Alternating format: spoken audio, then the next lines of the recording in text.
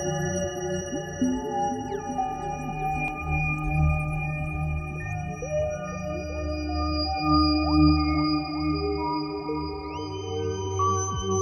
dernière fois, je vous ai montré comment on peut associer à chaque substance ce qu'on appelle un potentiel d'irréversibilité, qu'elle soit solide, liquide ou gazeuse.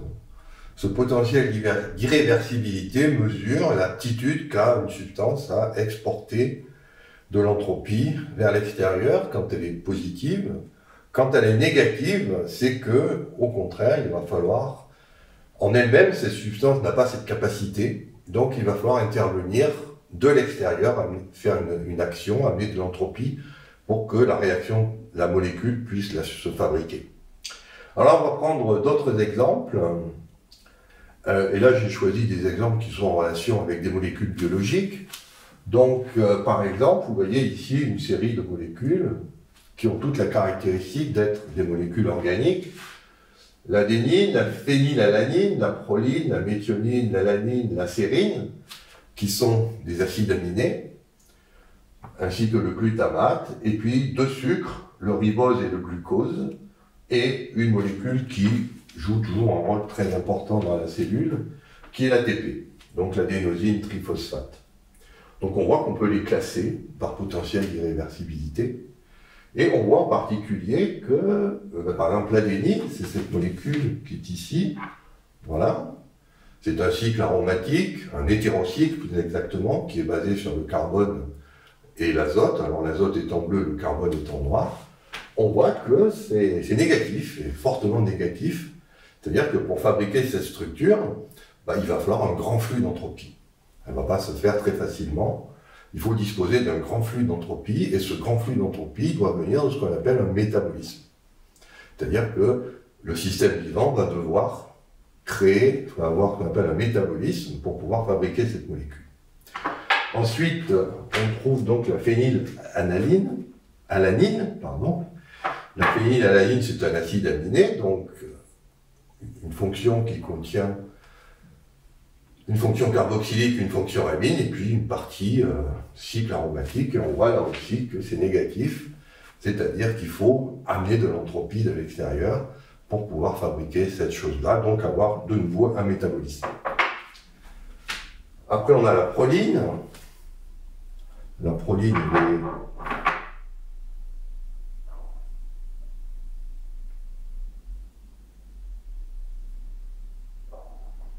elle est passée où, ma proline? Voilà. Elle est là.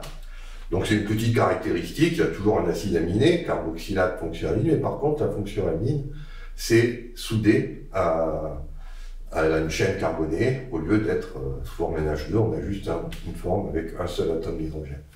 Là on voit que ça aussi, c'est pas très favorable en entropie, c'est-à-dire qu'il va falloir un métabolisme pour fabriquer ça.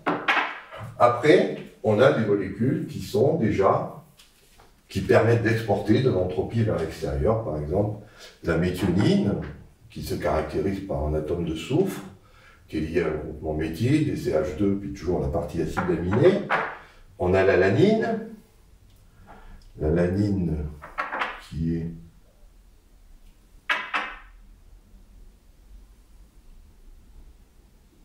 ici. Donc toujours la partie acide aminé, et là on a un groupement méthyle, qui est à plus 0,477. La sérine, où on a mis une fonction OH donc sur le groupement méthyle de l'alanine, ce qui permet d'augmenter nettement. Vous voyez, quand je passe ici, j'ai une fonction méthyle. Voilà. Et vous voyez, j'ai juste remplacé un hydrogène par un OH. Et regardez le gain d'entropie que ça fait. Donc une sérine et le glutamate, qui est l'acide aminé qui génère le plus d'entropie. Donc on a deux fonctions carboxylates, une avec la fonction amine et puis une autre sur la chaîne carbonée. Après, on voit qu'on a les sucres.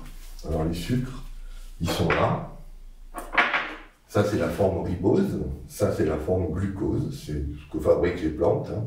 On a besoin de la forme ribose pour faire l'ADN. Le glucose, c'est ce qui permet donc de fabriquer le pyruvate qui est utilisé dans le métabolisme. Et on voit que le ribose génère moins d'entropie que le glucose. C'est pour ça que pour faire de l'ADN, il faudra avoir un métabolisme un petit peu plus puissant que pour faire du glucose. Et puis, on a l'ATP. Alors bon, c'est une molécule très compliquée, je ne vais pas vous la montrer, parce qu'elle est très imposante, on le voit par son entropie. Elle a beaucoup d'atomes, donc c'est pour ça qu'elle a une très forte entropie. Et comme on le voit, elle est vraiment très différente des autres molécules. Elle a vraiment un contenu anthropique énorme qui se rapproche de ce qu'on appelle un déchet. Ça, ici, je vous ai mis les principaux déchets que génère une réaction chimique. Du NaCl, qui est donc cette structure soit sous forme Na+, Cl- quand on est dans l'eau. Du CO2, quand il y a du fer, on a la goethite ou la magnétite. L'ion carbonate, qui est la forme hydratée du CO2, on voit que l'eau permet d'évacuer beaucoup d'entropie. Et puis l'apatite, qui est le puits ultime d'entropie chez les êtres humains, puisque l'apatite, vous allez le retrouver dans les os et dans les dents. Voilà, donc on voit que l'ATP, c'est quelque chose qui est vraiment très fort contenu anthropique, donc ça permet d'exporter beaucoup d'entropie vers l'extérieur quand on fait cette molécule. Voilà, donc on va arrêter là, parce que la chimie, il y a des milliers de composés, hein, donc pas tout montrer, juste quelques exemples, pour que vous voyez comment on peut classer chaque molécule, chaque substance par son potentiel d'irréversibilité. Alors ensuite, bien évidemment, ce n'est qu'une partie du problème, parce que c'est une transformation chimique. Il faut comparer la somme des potentiels d'irréversibilité au départ, on fait la somme de tout ce qui était avant la réaction, on fait la somme de tout ce qui est obtenu après la réaction, et l'idée, c'est qu'on doit toujours avoir un dégagement d'entropie pour que la réaction soit spontanée. S'il y a une absorption d'entropie, la réaction n'est pas spontanée, et à ce moment-là, cette entropie qui manque, elle est en négatif à ce moment-là, il faut l'amener de l'extérieur pour pouvoir que le système vit, et c'est pour ça qu'un système vivant ne va pas devoir manger. Quand vous allez manger, c'est être capable d'amener dans votre métabolisme, créer un flux d'entropie vers l'extérieur suffisant pour que vous puissiez fabriquer ces molécules qui demandent beaucoup d'entropie, qui ont un défaut d'entropie. Il faut en amener pour pouvoir les fabriquer. D'où le métabolisme qu'on va explorer dans la prochaine vidéo.